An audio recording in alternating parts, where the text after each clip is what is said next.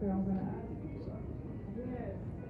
Salom, I've known you for a long time, but you've been so much involved and you share your faith a lot to many people, young and old. And can you just tell us how old you are, what grade? Hi, I'm Salom, and I'm a junior in high school. Yeah. Okay, and why do you like to do what you do, especially singing? For singing, I like to sing because I get to use my voice to worship the Lord. I can share, it's like I can share gospel, but through my voice instead of just talking. And I just love singing. I like to do. That's awesome. And let's go to Miss Tendai. I have known Miss Tendai for since 2014, right? Or before that? Okay. Yeah. Before the baby. Okay, so that everybody can get to know you as well, can you tell us a little bit about yourself? Okay. My name is Tendai Taruvinga. I am 37 years old. I am a single mom of 3. That is not what you should want to be. So I have 3 sons. I'm 37 years old. I like to speak. I like to write. I like to empower young women and men, if they're willing to listen, and lead them in the direction of God. Other than that, I think in a snippet, that's it. Unless you have an extra question. I have another question. What does faith in Jesus mean to you, and when did you come to that realization? Faith in Jesus for me, I grew up Christian. I've always believed in God. I've always believed in Jesus Christ, but I think it was only until maybe a year or 2 years ago that I had a true experience of that, what that means. Because I feel like most times it's theoretical for most of us. God loves me, but if you actually ever felt his love type of thing. So now I am more convinced of my faith in Jesus. And what I mean by my faith in Jesus is my belief in him, that he existed, that he came and he walked the earth and he left us a great sacrifice. I think that's it in terms of faith. That's good. That's good. All right. And the next one is for Salom.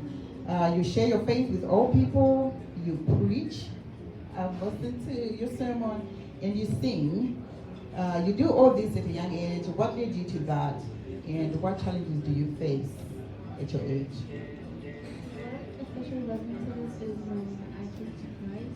It was about in 2019. I feel like it was a time where that was when COVID was starting to happen. I was secluded from everybody, so I didn't have time to myself, time to focus on Jesus. I felt one night he just called to me and I listened. And after that, I wanted to spread his word and I felt convicted. And as I spread the word at school, the challenge that I face is getting distracted because at school there's everybody's doing their own thing, like all the worldly stuff, so it's hard to stay focused. But I feel like this year God has really been getting me through it because I feel like I can breathe this year. It's different from all the previous years when I've been going to school and trying to read my Bible and focus on God. This year I feel like I have time and I can always come to him and he speaks to me and like I've grown. That's good. That's good. I have another question for you. And y'all can listen also and you can ask questions because it's good to hear from these young ladies out here. And you have participated in the Princess in Me event ever since you were in elementary school, and you're going to be one of the team leaders, a big sister. What did you learn at the Princess in Me that makes you want to continue to share that with young people? So when I started the Princess in Me, I was like really young, so I feel like I do remember some parts, but what I really remember most was how it was like a community, felt you can rely on people. You don't have to go through everything alone. You have big sisters, you have India, you have kids, everybody there. So I feel like that's what really makes me want to continue to be there for someone who needs it, so that they know they never have to be alone. Whatever they're facing, they can call, they can text. Yeah, peace to me really has that sense of community and safety. I want to keep that up. That's awesome. Thank you.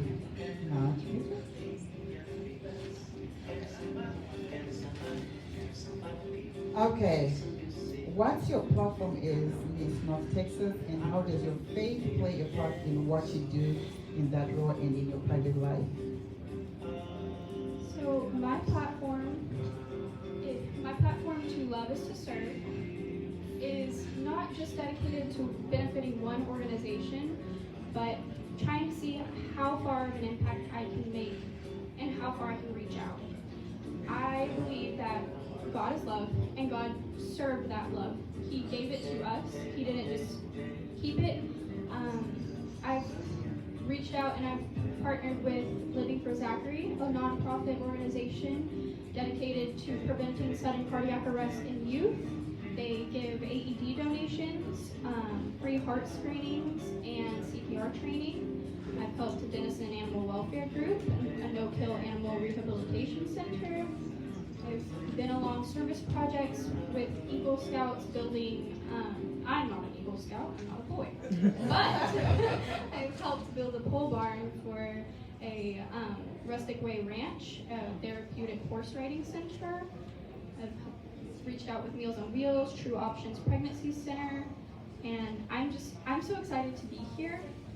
I feel like even though it's just time and a conversation, it's serving, and that has helped me in pageantry in the sense of not just helped me further, it's helped me further myself in my heart. And it's not just about like being a pretty face, it's about who you are. And my faith really just has got to be the whole way. You're not necessarily supposed to bring up religion in pageantry, and I think even if I'm not saying it with my mouth, I would like for people to be able to see God through me and through my actions. And yes, I do still bring it up with my mouth, no matter if I said it up. Thank you. That's good. That's good. And how has your family been a part of your journey?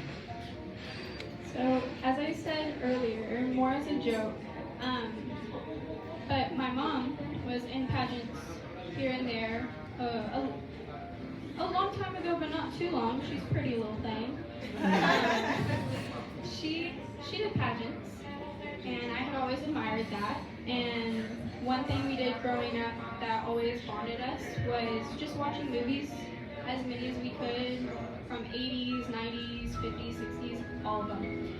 And one day she put on Miss Congeniality, and it was game over.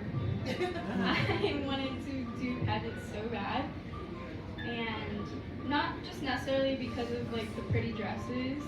It was more of just, I felt like that would be something really good to build confidence, and I have struggled with that a lot. So my family has always been super supportive. My mom, my dad, they're all very much the strongholds. It's like a four-legged chair. There's God, my family, my school, and my friends that support me through all this. And without one, your chair will tip over. So that is how it's been for me. Wow. So the support from everybody. That's amazing. And that helps you become who you are. That's good. All right, Miss Tendai. And you probably didn't answer this, but you can elaborate on it. What do you know now that you wish you had known growing up or during your teenage years? Being this that we talk about the princess and me, we don't carry the crown. Like she said, even though I don't say that anything about Jesus about my mom, with my mom, but I wanted to show. Yeah. So what is there that you wish you had known growing up or during your teenage years? Oh, that's a deep one. But I wish I'd known that I was a princess by virtue of being born, by virtue of being created by God. Yeah, I think there's a verse that says, I knew you in your mother's womb before you were even born. And I think going through life, I did not know what that means when someone says you're a princess. Also because my father died when I was 3. So I also never had an earthly example of a father figure who would treat me like a princess. So for some of you, I know you have dads, right? Or fathers that you have in the house who treat you like princesses, who you're comfortable with, so much so that when you want to ask something, you don't hesitate. You run into their arms, you're like, Daddy, can I have this? I never had that. And sometimes if we don't have the physical experience of certain things, it might be hard to comprehend then that relationship with God whom you've never seen or touched, or whom you've never run to and say, Daddy, can I have this? So I've been reading the Bible in its entirety, and one of the things that I'm learning through the character of God is that He's teaching me how to be a princess for the first time in my life at 37 years old. And what that looks like for me now is learning that I can put my little pigtails and my little white dress and run to Him when I'm in trouble. And that if I mess up, I can always almost run to Him every time and say, hey, I've messed up, and He'll still love me regardless. And I think as a teenager, the danger of not having known that I was a princess or having been treated like a princess was that I made decisions that led me in a path that was not godly, that took a detour of what I thought I would ever become, that part of which was becoming a single mom. You do not want that. Exposing myself to men that did not deserve me. Having sex before marriage. I know we live in a time where it's cool to have sex as long as you protect yourself or where you have contraceptives. But a part of learning being a princess is learning that your worth is not limited. It's your mind, it's your body, it's your spirit. All three. And as you guys grow older and you get into college and you're becoming pretty and you're putting makeup and your body's change and the requirements of your body's change, it comes with a lot of challenges. And your friends telling you, I've done this, you should do it, it's not a big deal, just have sex, you can wear protection, it's okay. But the ramifications of that is that your life can absolutely change. God has been merciful with me because I've managed to pick myself up. But sometimes that is not always the case. And so learning to be a princess has come with learning to know my value, the value of my body, how I carry myself, the men that I engage, the men that I date, if I date, I'm not dating yet. But I kept myself for a long time. I went through university in South Africa and I was big on keeping virginity and staying pure, and I did it for all my varsity. I used to go out, party, drink, yeah, and the more you dabble in sin, the more you're gonna sin. The more you play around with sin, you're gonna do it. You might have resistance for a certain threshold and say, I'm just drinking. Drinking is not too bad. It's better than sex. It's not if you're getting drunk and being out of control, because one of the gifts of the Spirit is self-control, right? And so in the physical, when we drink and it's fun and we're sneaking in alcohol, we think we're getting away with it. But eventually, sometimes you might just lose your self-control to a point where you lose other things that you're securing for God, like purity, your body.